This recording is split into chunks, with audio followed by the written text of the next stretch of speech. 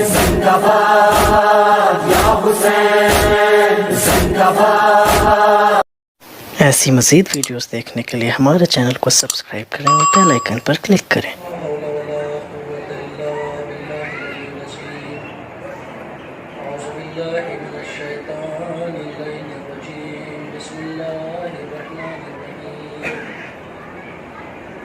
الحمد لله الذي هدانا لهذا وما كنا لنهتدي لولا أن هدانا الله لقد جاءت رسول ربنا بالحق ثم الصلاة والسلام على رسول السلام ومحبوب رب المغربين ورب المشرقين وجد الحسن والحسين ومولانا بالقاسم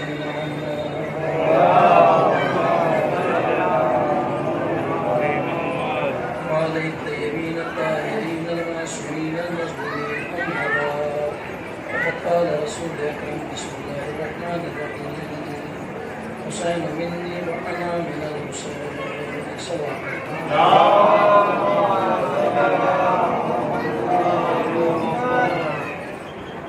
رسول اکرم کی حدیث مبارک کے ذیل میں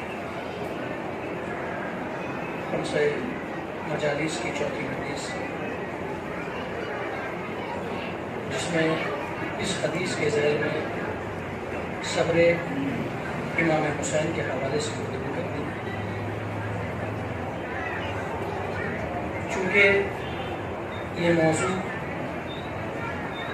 جو ہے اگر آپ دیکھیں گے تو ایسا محسوس ہوگا کہ فقط مصائب کے لیے ہی چنا جاتا ہے، جبکہ ایسا نہیں ہے۔ جب آپ اس کی گہرائیوں میں اتر کر غور کریں گے، جب آپ اس کی گہرائیوں میں اتریں گے تو آپ کو اندازہ ہوگا کہ صبر کا تعلق تنہا مصائب سے نہیں، صبر کے کمالات کا اظہار تنہا منزل مصائب میں نہیں کیا۔ اس موضوع پر کچھ عرض کرنے سے پہلے چند باتیں، چند لفظیں صبر کے لیے کہ صبر کہتے کسے ہیں، صبر کا کمال کیا ہے، صبر کا فائدہ کیا ہے۔ ہماری زندگی میں کبھی مصائب کو برداشت کرنے کا نام صبر دیا جاتا ہے، کبھی مصیبتوں کو برداشت کرنے کا نام صبر کہا جاتا ہے۔ ایک سوال پڑھی محمد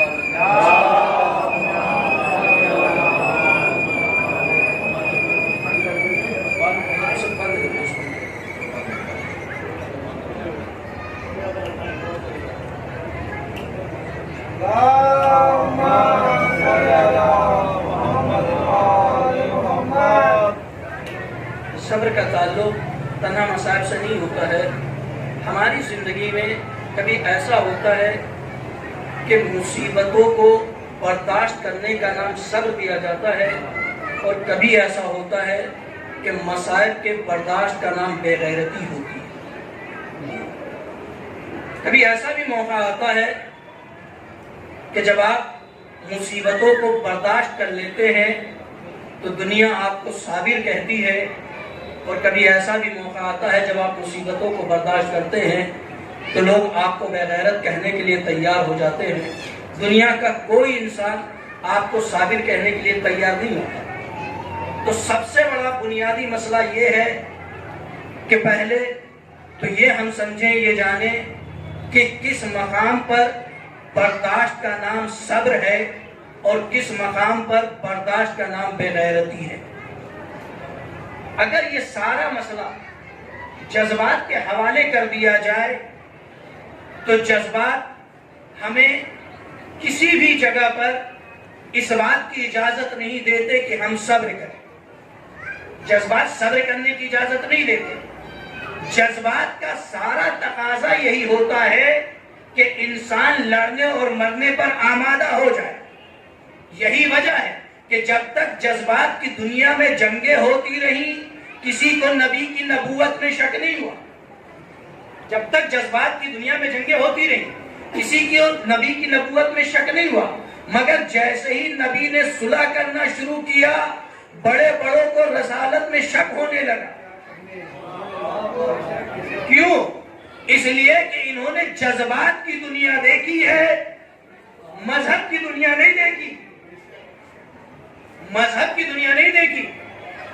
مذہب کی دنیا میں دونوں مرحلے الگ ہیں، جذبات الگ ہے، مذہب کا فیصلہ الگ ہے۔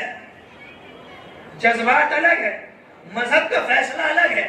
لہٰذا پہلے تو ہمیں یہ جاننا ہے کہ کس مقام پر قوت برداشت کو صبر کا نام دیا جاتا ہے، اور کس مقام پر قوت برداشت اس منزل میں آ جاتا ہے کسے صبر نہ کہا جائے، بے غیرتی کہا جائے۔ تو علماء اخلاق نے اس مسئلے کا سب سے بہترین فیصلہ یہ کیا ہے کہ انہوں نے کہا ہے کہ انسان کو یہ چاہیے کہ انسان اس مسئلے میں اپنی عقل اور قانون مذہب کا سہارا لے۔ جہاں پر عقل بشر برداشت کرنے کی دعوت دے اس کا نام ہوگا صبر، اور جہاں پر عقل بشر برداشت کرنے سے روک دے اس کا نام ہوگا بے غیرتی۔ یعنی پہلے ہی طے ہو گیا کہ مسئلہ جذبے سے طے نہیں ہوگا، مسئلہ عقل سے طے ہوگا، مسئلہ جذبات سے طے نہیں ہوگا، مسئلہ عقل سے طے ہوگا۔ مگر میرے عزیزوں، یہ جو صاحبان عقل ہیں، ہم اور آپ، اللہ نے ہمیں تو عقل عطا کی ہے، ہم اور آپ جو صاحبان عقل ہیں، ہمارے لیے مشکل یہ ہے کہ کبھی کبھی ہماری زندگی میں ایسا ہوتا ہے کہ کبھی ہمارے جذبات پر عقل غالب آ جاتی ہے، کبھی ہمارے عقل پر ہمارے جذبات غالب آ جاتے ہیں۔ ہماری عقل یہ فیصلہ نہیں کر پاتی، یہ سمجھ نہیں پاتی کہ یہاں پہ جذبہ بول رہا ہے یا عقل بول رہی ہے۔ یہ فیصلہ نہیں ہو پاتا، یہ فیصلہ ہماری عقل نہیں کر پاتی، ہم سمجھ نہیں پاتے۔ اگر فیصلہ عقلوں کے حوالے کر دیا جائے تو ہم جیسوں کی عقل یہ فیصلہ نہیں کر پائے گی کہ جذبات کہہ رہے ہیں کہ خاموش ہو جاؤ یا عقل کہہ رہی ہے کہ خاموش ہو جاؤ۔ نہیں، فیصلہ نہیں کیا جا سکتا، ہماری اور آپ کی عقل فیصلہ نہیں کی جائے گی۔ لہٰذا اب کیا کیا جائے؟ کہا گیا کہ عقلوں کے فیصلوں کو اب ان کے حوالے کر دیا جائے جن کی زندگی میں کبھی جذبات کا گزر بھی نہ ہوا ہو۔ بھائی ان کے حوالے کر دیا جائے جن کی زندگی میں کبھی خواہشات کا گزر بھی نہ ہوا ہو۔ اب اگر وہ قوت برداشت کی دعوت دے تو سمجھ لینا صبر ہے، اور جہاں روک دے اسی کا نام بے غیرتی ہے۔ جہاں وہ برداشت کی دعوت دے اسے سمجھ لینا صبر کی دعوت دی ہے، اور جہاں روک دے اس کے باوجود بھی انسان صبر کرے تو اس کا مطلب یہ ہے کہ وہ بے غیرتی ہے۔ اب اگر بات یہاں تک پہنچ گئی، یہ طے ہو گیا کہ مسئلہ جذبے سے حل ہوگا، عقل سے حل ہوگا، جذبے سے حل نہیں ہوگا، اور ہر انسان کی عقل سے یہ مسئلہ حل نہیں ہوگا۔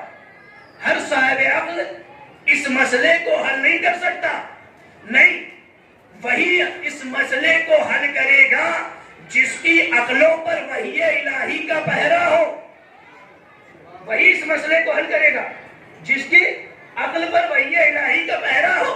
اب بات یہاں تک پہنچ گئی تو سلسلہ کلام کو آگے بڑھا رہا ہوں کہ دنیا میں کوئی ایسا انسان نہیں ہے جو جذباتی اعتبار سے ہنسنا نہیں چاہتا۔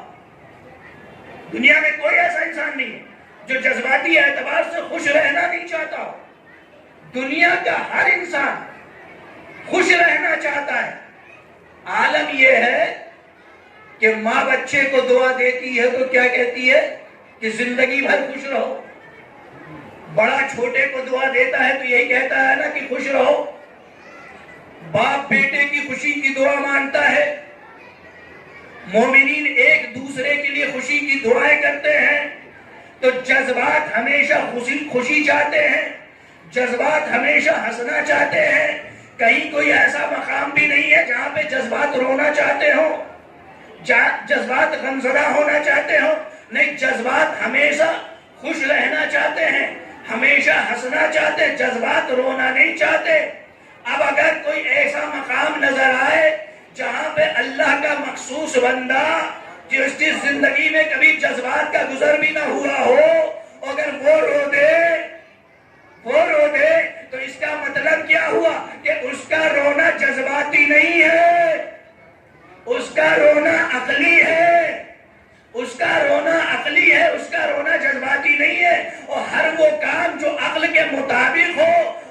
صبر کہا جاتا ہے، بے صبری نہیں کہا جاتا، لہذا غم حسین میں رونا صبر ہے، بے صبری نہیں ہے، اس لیے کہ غم حسین میں پیغمبر روئے ہیں، اور پیغمبر کا کوئی کام جذبات کے تحت نہیں ہوتا۔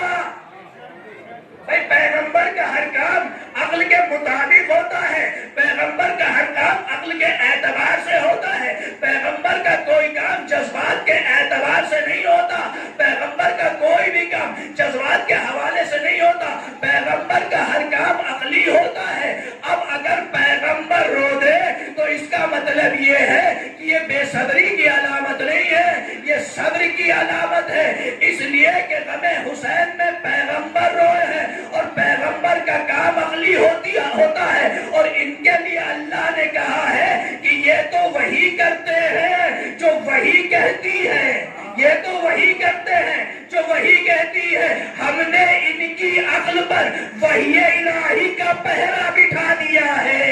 ایک صلوات پڑھیے محمد آل محمد پر۔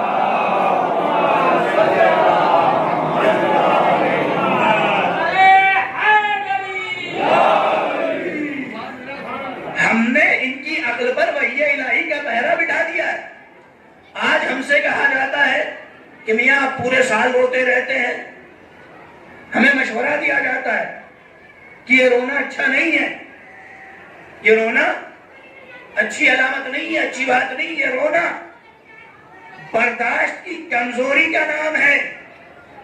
صبر کیجئے، صابر بنیے، اللہ نے صبر کرنے والوں کی تعریف کی ہے۔ ان بیچاروں نے صبر کو پہچانا ہی نہیں کہ صبر کہتے کسے ہیں اور بے صبری کہتے کسے ہیں۔ صبر اور بے صبری میں فرق کیا ہے؟ اگر غم حسین میں رونا بے صبری ہوتا تو دنیا کا ہر انسان روتا، مگر پیغمبر نہ روتے، پیغمبر نہ روتے۔ غم حسین میں رونا بے صبری نہیں ہے، اس کا مطلب کیا ہوا کہ پیغمبر کا رونا اس بات کی زندہ دلیل ہے کہ غم حسین میں رونا بے صبری نہیں ہے۔ فراق یوسف میں یعقوب روئے، بھائی ولادت امام حسین سے لے کر شہادت امام حسین تک پیغمبر روئے، چاہے زندگی میں روئے ہوں یا ام سلمہ کے خواب میں آ کر روئے ہوں، ان کا رونا اس بات کی زندہ دلیل ہے کہ نمائندے پروردگار کے غم میں رونا صبر کی علامت ہے، بے صبری کی علامت نہیں ہے۔ صبر ہے کیا؟ صبر کا کمال کیا ہے؟ صبر کا فائدہ کیا ہے؟ تو صبر کا فائدہ سن لیجئے، اللہ کہہ رہا ہے کہ وَاسْتَعِينُوا بِالصَّبْرِ وَالصَّلَاةِ، کہ مدد مانگو، کس کے ذریعے؟ صبر کے ذریعے اور صلاۃ نماز کے ذریعے۔ اللہ نے مصیبتوں میں مدد مانگنے کے دو ہی ذریعے بتائے، ایک ذریعہ ہے صبر، ایک ذریعہ ہے صلاۃ نماز۔ جب مصیبت میں گرفتار ہو جاؤ یا تو صبر کرو یا نماز پڑھو، مصیبتوں سے ٹکرانے کے یہی دو راستے ہیں، صبر اور نماز۔ مگر عالم کیا ہے؟ بدبختی دیکھیے کہ نماز کی اہمیت کو سمجھے ہی نہیں، نماز کی قدر و قیمت کو جانتے ہی نہیں۔ عالم یہ ہے کہ اللہ کہہ رہا ہے کہ مصیبت کا مقابلہ کرو نماز کے ذریعے، ہم نے نماز کو ہی مصیبت سمجھ لیا۔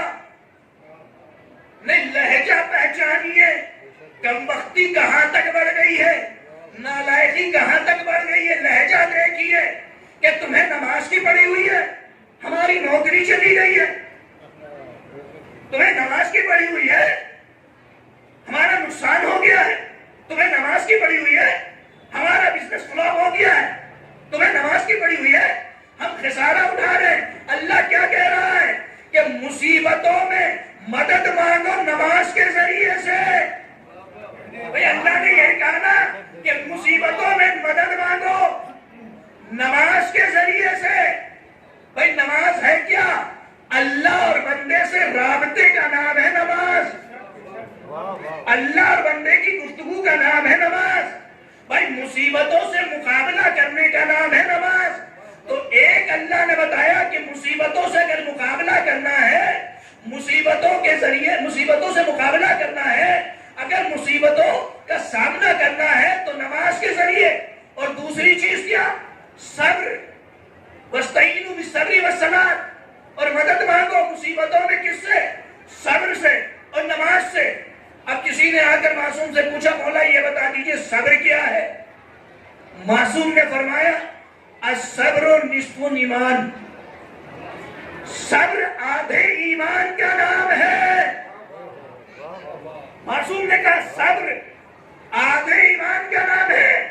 اور ایک روایت میں ہے کہ یہ کہا گیا کہ ایمان کے 2 حصے کیے اللہ نے اور دونوں حصہ برابر برابر. ایک کا نام رکھا شکر، ایک کا نام رکھا صبر.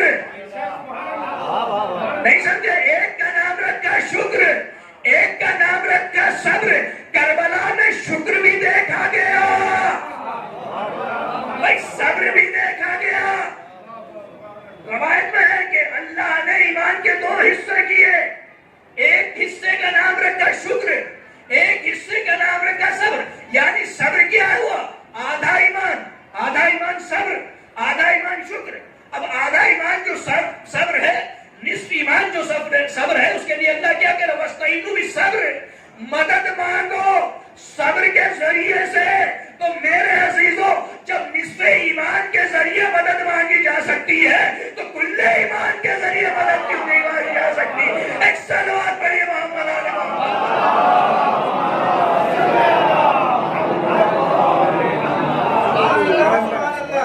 مدد مانگو کس سے؟ صبر کے ذریعے سے. مدد مانگو کس سے؟ صلاۃ، نماز کے ذریعے سے. کیوں مانگے؟ کیوں صبر کے ذریعے مدد مانگے؟ اللہ کہہ رہا ان اللہ مع الصابرین. اللہ صبر کرنے والوں کے ساتھ ہے. اللہ نے کیا کہا؟ میں صابرین کے ساتھ ہوں. کہیں قرآن مجید میں یہ نہیں ملا کہ اللہ نے کہا میں حلوہ کھانے والے کے ساتھ ہوں. کہیں اللہ نے یہ نہیں کہا کہ میں بڑی بڑی گاڑیوں میں بیٹھنے والوں کے ساتھ ہوں. اللہ نے یہ نہیں کہا کہ جو اونچے محلات میں رہتے ہیں میں ان کے ساتھ ہوں. اللہ کیا کہہ رہا ہے کہ ان اللہ مع الصابرین. اللہ صبر کرنے والوں کے ساتھ ہے. اب اگر یہ طے کر لیا جائے کہ ہمارے یہاں کوئی مصیبت ہی نہیں ہے، ہمارے ساتھ کوئی مصیبت ہی نہیں ہے، جب کوئی مصیبت نہیں ہوگی تو پھر ہم صابر نہیں ہوں گے. اور ہم صابر نہیں ہوں گے تو اللہ ہمارا ساتھ کیسے دے گا؟ اس لیے کہ اللہ کہہ رہا ہے کہ میں صبر کرنے والوں کے ساتھ ہوں. لہذا مصیبتوں پہ صبر کرنے کی عادت ڈالیے، مصیبتوں کو ٹالنے کی عادت نہ ڈالیے. اس لیے کہ جب صبر کرنے کی عادت ڈالیں گے تو اللہ آپ کے ساتھ ہوگا. اللہ مصیبتوں کو ٹالنے والے کے ساتھ نہیں ہے. اللہ مصیبتوں میں صبر کرنے والوں کے ساتھ ہے. اللہ مصیبتوں میں صبر کرنے والوں کے ساتھ ہے. اب اگر یہ کہے کہ اللہ مصیبت کو ٹال دے تو پھر اللہ ہمارے ساتھ نہیں ہے. اللہ صبر کرنے والوں کے ساتھ ہے. لہذا صبر کی دعا کیجئے. یہی وجہ ہے کہ جو اللہ کے جو اللہ کے خاص بندے تھے، جو پروردگار کے خاص بندے تھے، انہوں نے کبھی یہ نہیں کہا کہ پروردگارا مصیبتوں کو ہمارے اوپر سے ڈال دے، بلکہ ہمیشہ وہ کہتے ہوئے نظر آئے پروردگارا صبر کو ہمارے اوپر اڈیل دے. جو اللہ کے خاص بندے تھے وہ کبھی یہ نہیں کہہ رہے تھے کہ پروردگارا صبر کو ہمارے اوپر سے ڈال دے، نہیں بلکہ وہ یہ کہتے تھے کہ پروردگارا صبر کو ہمارے اوپر اڈیل دے. اس لیے کہ وہ جانتے تھے کہ اللہ اس کے ساتھ ہے جو صبر کرنے والا ہے. تو میرے عزیزوں، جو دنیا کی مصیبتوں میں صبر کے ساتھ کھڑا رہا، دنیا اسی کو سید الصابرین کہتی ہے. ایک صلوات پڑھے محمد علی.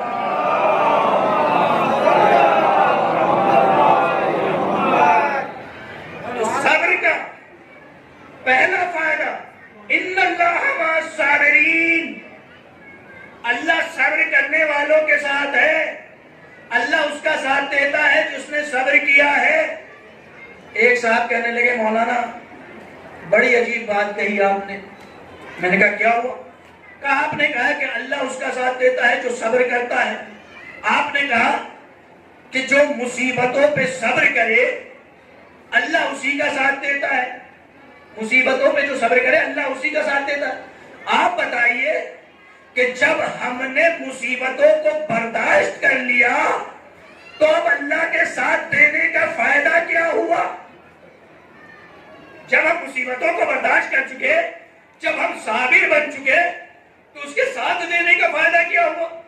ساتھ تو اس وقت دیتا کہ جب ہم مصیبت میں تھے وہ ہماری مصیبتوں کو ٹال دیتا. ساتھ تو اس وقت دیتا کہ جب ہم مصیبتوں میں تھے وہ ہماری مصیبتوں کو ختم کر دیتا. تب ہم سمجھتے کہ اللہ صبر کرنے والوں کے ساتھ ہے، اللہ مصیبتوں میں صبر کرنے والوں کے ساتھ ہے. یہ کیسا ساتھ ہے کہ مصیبتیں جھیل لی اس کے بعد ساتھ دینے کا کیا فائدہ ہوگا؟ یعنی انسان یہ سمجھ رہا ہے کہ مصیبتوں میں صبر کو ٹال دیا جائے، اسی کا نام ہے صبر. مصیبتوں کو ٹال دیا جائے اسی کا نام ہے صبر. انسان یہ سمجھا مصیبت ٹل جائے اسی کے معنی ہے صبر. اور یہیں پہ اللہ جو ہے وہ لوگوں کا ساتھ دیتا ہے.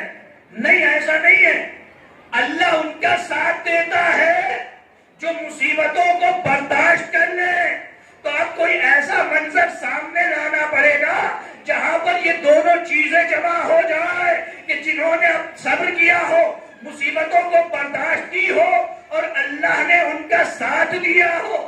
بھائی کوئی ایک ایسا منظر دکھانا پڑے گا جہاں پر انہوں نے مصیبتوں کو برداشت کیا اور اللہ نے ان کا ساتھ دیا.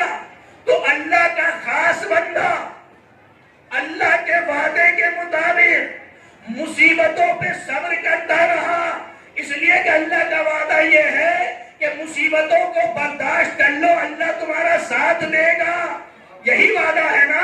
اللہ کا خاص بندہ اللہ کے وعدے کے مطابق مصیبتوں پہ صبر کرتا رہا. ساتھی مارا گیا صبر کیا، بھائی مارا گیا صبر کیا، بیٹا قتل ہو گیا صبر کیا، بھتیجے قتل ہو گئے صبر کیا، یہاں تک کہ خنجر گلے پہ چل گیا صبر کیا. اب جو اس کے صبر کو اللہ نے دیکھا تو اللہ نے کہا کہ میں نے وعدہ کیا ہے کہ میں صبر کرنے والوں کا ساتھ دوں گا. اے میرے بندے، اب چونکہ تو نے اپنے صبر کا مظاہرہ کر دیا ہے تو اب میرا ساتھ بھی دیکھ لے. میرا ساتھ اس طریقے سے ہوگا، میں تیرا ساتھ اس طریقے سے دوں گا کہ دنیا دیکھے گی کہ جب تک یہ دنیا باقی رہے گی ظالم کا کوئی نام لینے والا نہیں رہے گا، مظلوم کا نام زندہ رہے گا. یہ ہوگا میرا ساتھ. ایک صلوات پڑھیے محمد علیہ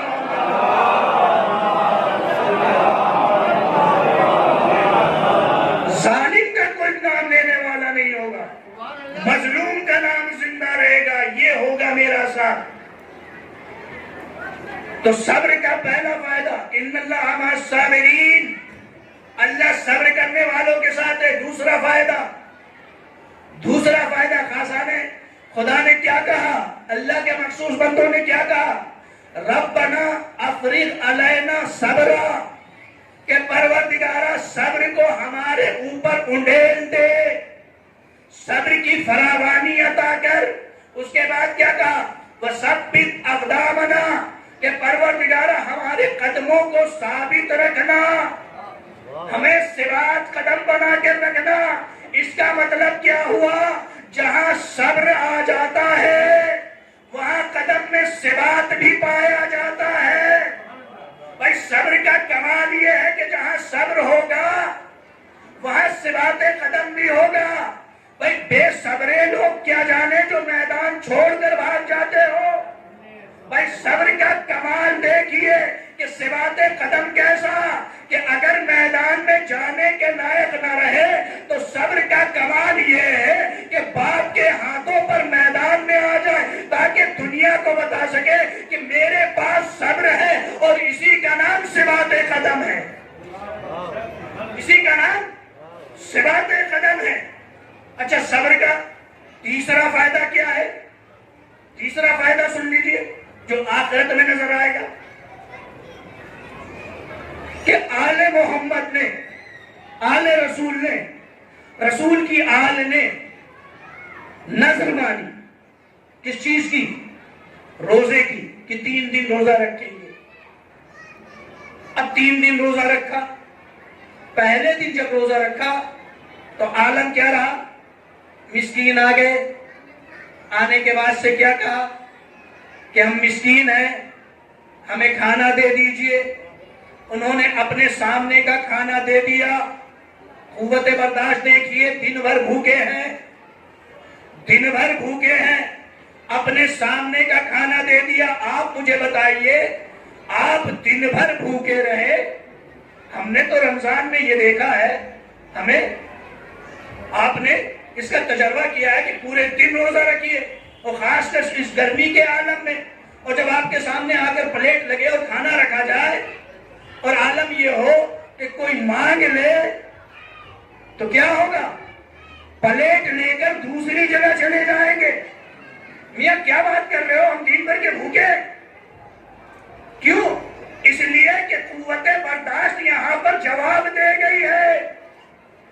مگر قوت برداشت دیکھیے کہ پہلے دن روزہ رکھا، مسکین آ گئے، کہا مسکین ہے، اپنے آگے کا کھانا دے دیا، افطار کر لیا، جس سے گھر میں جو کچھ بھی رہا نمک پانی اس سے افطار کیا۔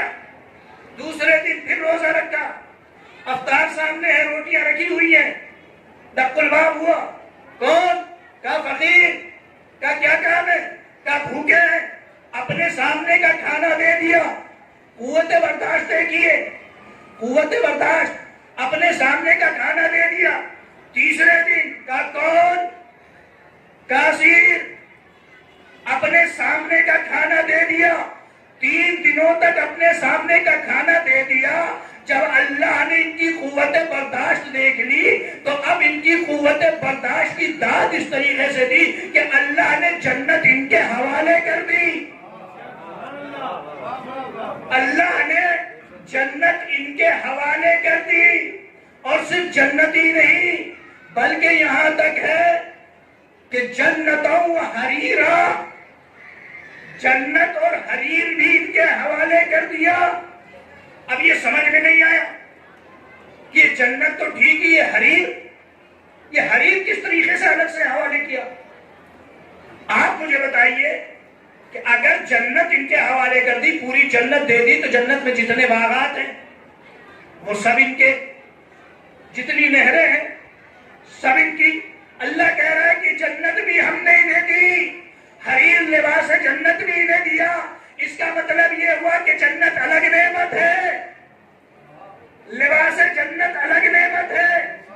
بھائی جنت الگ نعمت، لباس جنت الگ نعمت۔ پروردگارا، یہ جو تیرے خاص بندے ہیں جن کی قوت برداشت تو نے جنت بھی دیا، لباس جنت بھی دیا، جنت تو ہم دیکھ نہیں سکتے، اس لیے کہ جب وہ آ جائیں گے تو دکھائے گا، لباس جنت ہی دکھا دے، لباس جنت ہی دکھا دے۔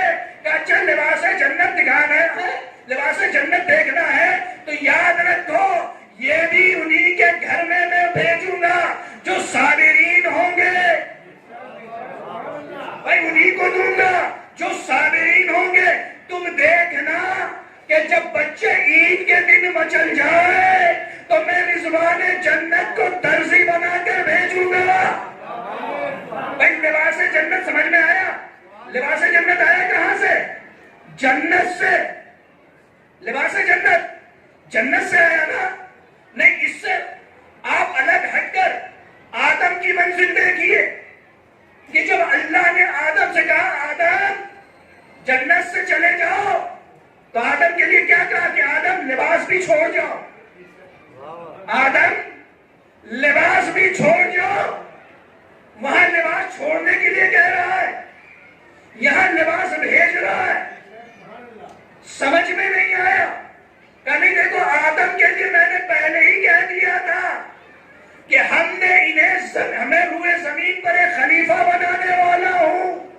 مطلب یہ کہ آدم کو زمین کے لیے بنایا ہے، یہاں مہمان رکھا ہے۔ بھائی اس طریقے سے سمجھیے، مہمان رکھا ہے، کیا مہمان رکھا ہے، لہذا پروردگار یہ تیرا قانون ہمیشہ رہے گا؟ کہا میرا یہ قانون ہمیشہ رہے گا، میرا یہ قانون ہمیشہ رہے گا، کہیں پہ تو یہ قانون ٹوٹے گا؟ کہا نہیں، میرا یہ قانون کہیں نہیں ٹوٹے گا۔ میں نے کہا ٹھیک ہے، اب رضوان جنت زہرا کے دروازے پر کھڑا ہے، لباس جنت لے کے، پروردگارہ قانون ٹوٹا یا نہیں ٹوٹا؟ قانون ٹوٹا یا نہیں ٹوٹا؟ نہیں، اس طریقے سے سمجھیے، اللہ نے کیا کہ آدم کو میں نے روئے زمین کے لیے بنایا ہے، آدم جنت میں مہمان ہے، اور جنت میں مہمان ہے۔ مہمان کی منزلت کیا ہوتی ہے؟ مہمان ہوتا کیسا ہے؟ مہمان کو کتنے اختیار ہوتے ہیں آپ کو پتا ہے؟ میں آپ کے گھر مہمان بن کر جاؤں، گھر کی ساری چیزیں آپ میرے حوالے کر دیجئے کہ مولانا استعمال کیجئے۔ جب جانے لگا ایک لوٹا اٹھا لیا کہ لے کر جاؤ، آپ نے کہا مولانا چھوڑ جائیے۔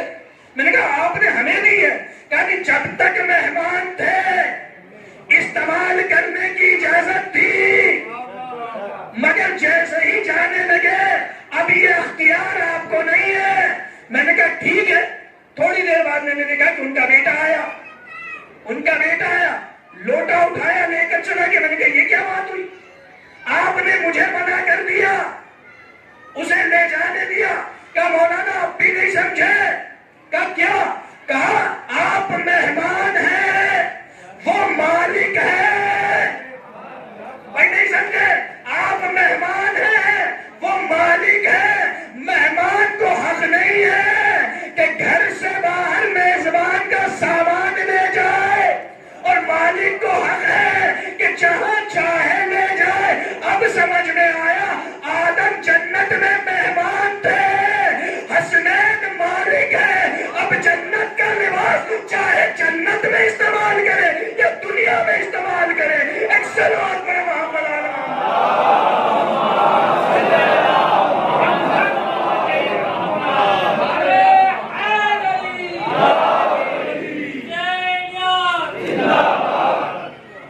تو میرے عزیزو، ان اللہ مع الصابرین، اللہ صبر کرنے والوں کے ساتھ ہے۔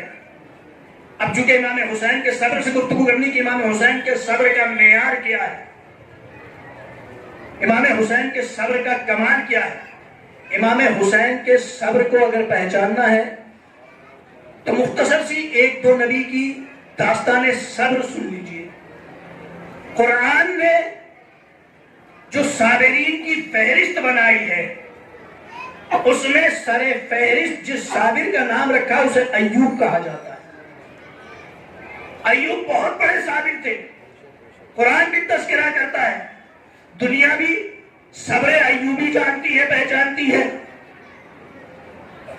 صبر ایوبی ہر ایک جانتا ہے کہ جناب ایوب بہت بڑے صابر تھے، بہت زیادہ صبر کرنے والے تھے، مگر جب ناموس کا مسئلہ آیا تو جناب ایوب کے قدم رک گئے، جناب ایوب کا صبر وہاں رک گیا۔ یعنی اللہ نے بتایا کہ ایوب بہت بڑے صابر ہیں، مگر صبر کی حد یہ ہے کہ جب ناموس کا مسئلہ آیا تو صبر ایوب وہاں پر جا کر رک گیا۔ اچھا، اب جناب ابراہیم کا صبر دیکھیے۔ ابراہیم نے اپنے بیٹے اسماعیل سے کہا کہ میں نے خواب یہ دیکھا ہے کہ میں تمہارے گلے پر چھری چلا رہا ہوں، میں ذبح کر رہا ہوں۔ بیٹے نے کیا کہا کہ بابا جان آپ اپنے خواب کو سچ کر دکھائیے، مجھے صبر کرنے والوں میں سے پائیے۔ یہی نے کہا، صبر اسماعیلی دیکھیے کہ آپ مجھے صبر کرنے والوں میں سے پائیے گا۔ ابراہیم اسماعیل کو لے کر چلے، قرآن کہتا ہے تلہ للجبین، اسماعیل کو جبین یعنی پیشانی کے بل لٹایا گیا۔ بھائی قربانی کرنے کا کیا طریقہ ہے کہ سیدھے سیدھے لٹائیے، گلے پہ چھری رکھیے اور ذبح کر ڈالیے، مگر قرآن کہہ رہا ہے تلہ للجبین کہ اسماعیل کو پیشانی کے بل لٹایا۔ علماء نے اس کی توجیہ یہ بیان کی ہے کہ شاید اسماعیل نے یہ کہا ہو کہ بابا جان آپ باپ ہیں، میں بیٹا ہوں، باپ کے دل میں بیٹے کی محبت بہت زیادہ ہوتی ہے، کہیں ایسا نہ ہو کہ آپ کی محبت مجھے ذبح کرنے میں حائل ہو جائے، لہٰذا مجھے منہ کے بل لٹا دیجئے۔ منہ کے بل لٹایا، چھری رکھی، چھری چلی۔ اب جو چھری چلی ہے اللہ کہتا ہے کہ ابراہیم کی چھری تو چلی مگر اسماعیل ذبح نہیں ہوئے، بلکہ آواز ابراہیم، آواز اللہ آئی، آواز غیبی آئی، پروردگار کی آواز آئی کہ ابراہیم جو تم نے خواب دیکھا اس خواب کو سچ کر دکھایا۔ تم نے خواب یہی نہ دیکھا تھا کہ تم اسماعیل کے گلے پر چھری چلا رہے ہو، اسماعیل کو ذبح کر رہے ہو، تم نے اپنے خواب کو سچ کر دکھایا۔ اب ذبح ہونا شرط نہیں ہے، ذبح ہونا شرط نہیں ہے، خواب تو اتنا ہی تھا کہ چھری چلا رہے ہیں، تم نے چھری چلائی تو ایک مقام پر صبر اسماعیلی بھی رک گیا کہ چھری چلی گلا کٹنے نہ پایا، صبر اسماعیلی بھی رک گیا، صبر ابراہیمی بھی رک گیا کہ چھری چلی گلا نہیں کٹا۔ تو ہم نے قرآن کی روشنی میں دو صابر نبی کو دیکھا کہ جہاں نہ گلا کٹا اور ناموس کی بات آئی تو صبر رک گیا۔ اب کوئی اگر ایسا بندہ ہے کہ جس نے ناموس کے مسئلے میں مصیبتوں کو برداشت کیا ہو، بیٹے کے گلے پر خنجر چلا ہو اور اس نے اس مصیبت کو برداشت کیا ہو، تو آپ مجھے بتائیے اس کے صبر کا کیا عالم ہوگا، اس کے صبر کا کیا کمال ہوگا، اس کے صبر کا معیار کیا ہوگا۔ یہی وجہ ہے کہ صبر انبیاء سے آگے صبر حسین بڑھ گیا، صبر حسین صبر انبیاء سے آگے بڑھ گیا۔ انبیاء کربلا کے میدان میں حسین کے پاس کھڑے ہیں جب حسین علی اکبر کے سینے سے برچھی کا پھل نکال رہے ہیں، مگر کسی نبی نے یہ نہیں کہا کہ حسین میں بھی اپنے بیٹے کے ساتھ ایسا کرتا۔ حسین کبھی کسی نبی نے آگے بڑھ کر نہ کہا کہ حسین میں بھی کر سکتا تھا، نہیں، ابراہیم نے یہ کہا کہ حسین میں نے اسماعیل کے گلے پہ جب چھری چلائی تھی تو اسماعیل کو پیشانی کے بل لٹا دیا تھا۔ حسین یہ تمہارا صبر ہے کہ جوان کے سینے سے برچھی کا پھل نکال رہے۔ ہاں آزادارو، یہ امام حسین کا صبر ہے جو امام حسین نے کربلا میں، امام حسین کا صبر ہے جو کربلا میں دیکھا گیا ہے۔ تاریخ کہتی ہے جب امام حسین کا ہر ایک چاہنے والا امام حسین پر اپنی جان قربان کر رہا تھا، امام حسین پر فدا ہو رہا تھا، امام حسین پر نثار ہو رہا تھا، تو اون محمد زینب کے دو لال حسین کے بھانجے اون محمد حسین کے قریب آئے، آنے کے بعد سے ہاتھوں کو جوڑا، مامو جان ہمیں مقتل میں جانے کی اجازت دیجئے۔ ارے حسین نے جب ان دونوں چھوٹے چھوٹے بچوں کو دیکھا سینے سے لگا لیا، اے میرے لال، ارے میں تمہیں مقتل میں جانے کی کس طریقے سے اجازت دوں؟ ارے تم تو میری بہن کی نشانی ہو، ہاں میں تمہیں مقتل میں جانے کی اجازت نہیں دے سکتا۔ اور محمد بےچینی کے عالم میں خیمے میں آئے، آنے کے بعد سے ٹہلنے لگے۔ زینب نے کہا میرے لال کیا ہوا؟ کہا ماں مامو اجازت نہیں دیتے۔ زینب اون محمد کو لے کر آئی، در خیمہ پر حسین کو بلایا، کہا بھیا ارے اون محمد کو مقتل میں جانے کی اجازت دے دیجئے۔ اے بھیا ارے میرا ایک لال عبداللہ کی طرف سے آپ پر قربان ہوگا، ایک میری طرف سے قربان ہوگا۔ آزادارو مجھے نہیں معلوم کہ حسین نے اون محمد کو کس طریقے سے اجازت دی، مگر عباس کو قریب بلایا، عباس ارے یہ میری بہن زینب کے لال ہیں جو مقتل میں جانا چاہتے ہیں، عباس انہیں گھوڑے پہ سوار کرو۔ آزادارو عباس نے اون کو گھوڑے پہ سوار کیا، حسین نے محمد کو گھوڑے پہ سوار کیا۔ ارے دونوں بھائی مقتل میں آئے، اب آنے کے بعد جنگ کرنا شروع کی۔ علی کے نواسوں نے ایسی جنگ کی کہ فوج اشکیا بھاگنے لگی۔ راوی کہتا ہے جنگ کرتے کرتے زینب کے لال فرات کے کنارے پہنچ گئے۔ اب جیسے ہی دریا کے کنارے پہنچے اون نے محمد سے کہا اے بھائی کاش مشک سکینہ لے آتے۔ جزاک اللہ، خدا کوئی غم نہ دے سوائے غم مظلوم کربلا کے۔ محمد فرات پر پہنچے، ادھر فضہ نے زینب کو آواز دی، شہزادی مبارک ہو، ارے آپ کے لال نے فرات پہ قبضہ کر لیا ہے، اونو محمد نے دریا پہ قبضہ کر لیا۔ ارے جیسے ہی سنا زینب نے کہا فضہ ارے مسلح مجھے دو، مسلح دیا گیا، زینب نے جا نماز بچھائی، ارے 2 رکعت نماز ادا کی، ہاتھوں کو بلند کیا، اے پروردگارا ارے میری شیر کی لاج رکھ لینا، کہیں ایسا نہ ہو کہ زینب محشر میں حسین سے شرمندہ ہو جائے۔ جزاک اللہ، اے پروردگارا کہیں ایسا نہ ہو کہ میرے لال پانی پی لے اور میں اپنی ماں زہرا کو جواب کیا دوں۔ آزادارو، ادھر زینب نے دعا کی، ادھر فضا میں یہ آواز گونجی کہ ارے یہ اونو محمد ہے، ان پر اکیلے اکیلے حملہ نہ کرو، انہیں نرغے میں لے لو۔ علی کے نوازوں کو نرغے میں لے لیا گیا، زینب کے لال کو نرغے میں لے لیا گیا، کسی نے تیر مارا، کسی نے تبر مارا، ارے زینب کے لال گھوڑے پہ سبر نہ سکے، زمین گرم پر تشریف لائے۔ تاریخ کہتی ہے کہ جو بھی زمین پر آتا تھا وہ یہی کہتا تھا آقا مدد کو، مولا مدد کرو، مگر زینب کے یہ لال اتنے کم سن تھے کہ جب زمین پر گرے ہیں تو فطرتاً یہ کہا اماں